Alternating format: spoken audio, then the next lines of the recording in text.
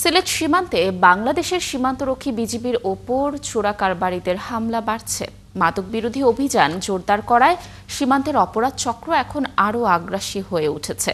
BGB জানিয়েছে, গত এক বছরে সিলেট সেক্টরে শুধু মাদক ও চোরাচালান দমনে বিজিবির অভিযানে ৬,৭৯,৩৬,৪৭৯ টাকার চোরাই পণ্য জব্দ হয়েছে। অভিযানের সময় চোরাকারবারিদের সাথে সংঘর্ষে ১১ জন বিজিবি সদস্য আহত হয়েছেন আর প্রাণ হারিয়েছেন একজন। সিলেট থেকে আরও জানাচ্ছেন হোসেন আহমেদ সুজাত, ক্যামেরায় ছিলেন তারেক আহমেদ সানি। সিলেট সুনামগঞ্জের সাথে ভারতের আসাম মেঘালয়ের ৩০২ কিলোমিটার সীমান্ত আছে, যে সীমান্ত অতিক্রম করে প্রতিদিন ভারত থেকে বাংলাদেশে অবৈধভাবে মদ, অস্ত্র, ইয়াবা, গাঁজা সহ বিভিন্ন বিষাক্ত পণ্য প্রবেশ করানোর চেষ্টা করে মাদক চোরাকারবারিরা। বিজিবি কর্মকর্তারা জানান, এই চোরাচালান প্রতিরোধ করতে রীতিমতো সংগ্রাম করতে হয়। এতে কখনো কখনো হামলার শিকার হতে হয় সীমান্তরক্ষীদের।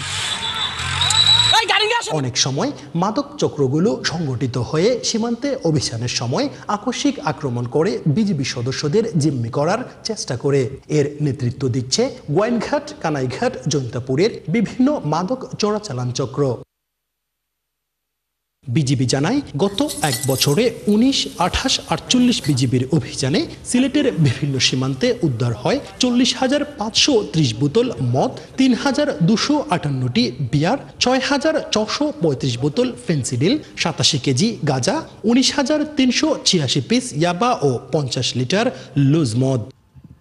তারা চেষ্টা করছে বিজিবিকে হয়তো যদি একটু দমিয়ে রাখতে পারে, তাদের একটা ডোমিনেশনের মাধ্যমে আমাদের ইনিশিয়েটিভটা যদি দমিয়ে রাখতে পারে, তারা হয়তো বা এখানে একটা ডোমিনেশন ক্রিয়েট করে চোরাচালানটা চালিয়ে যেতে পারবে। এই ধরনের একটা তৎপরতা তাদের মধ্যে লক্ষ্য করা যাচ্ছে। বাট আমরা বিজিবি কোনোভাবেই এই জিনিসটা হতে দিব না। ইভেন আমরা আরও বেশি তৎপর হয়ে কিভাবে এটাকে চিরতরে দূর করা যায় এই চেষ্টা করছি। তিনি আরও জানান, এসব অভিযানের সময় ২৩টি স্থানে বিজিবির সাথে চোরাকারবারিদের সংঘর্ষ হয়েছে। থানায় মামলা হয়েছে ৫৬টি। এখানে চোরাচালান বিরোধী অপারেশন করার ক্ষেত্রে বিজিবিকে প্রতিনিয়তই বিভিন্ন চ্যালেঞ্জের সম্মুখীন হতে হয়।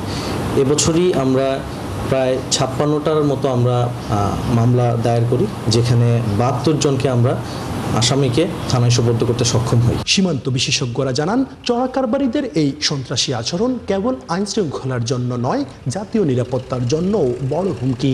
সাম্প্রতিক সময়ে চোরাকারবারি এবং বিজিবির যে পারস্পরিক যে সংঘর্ষ, সেটা যদি একটু বিশ্লেষণ করি, আগের আমলের চেয়ে কিন্তু অনেক গুণে বেড়ে গেছে।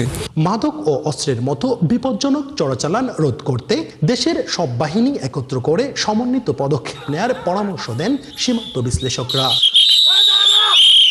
হোসেন আহমেদ সুজাত, ৭১, সিলেট।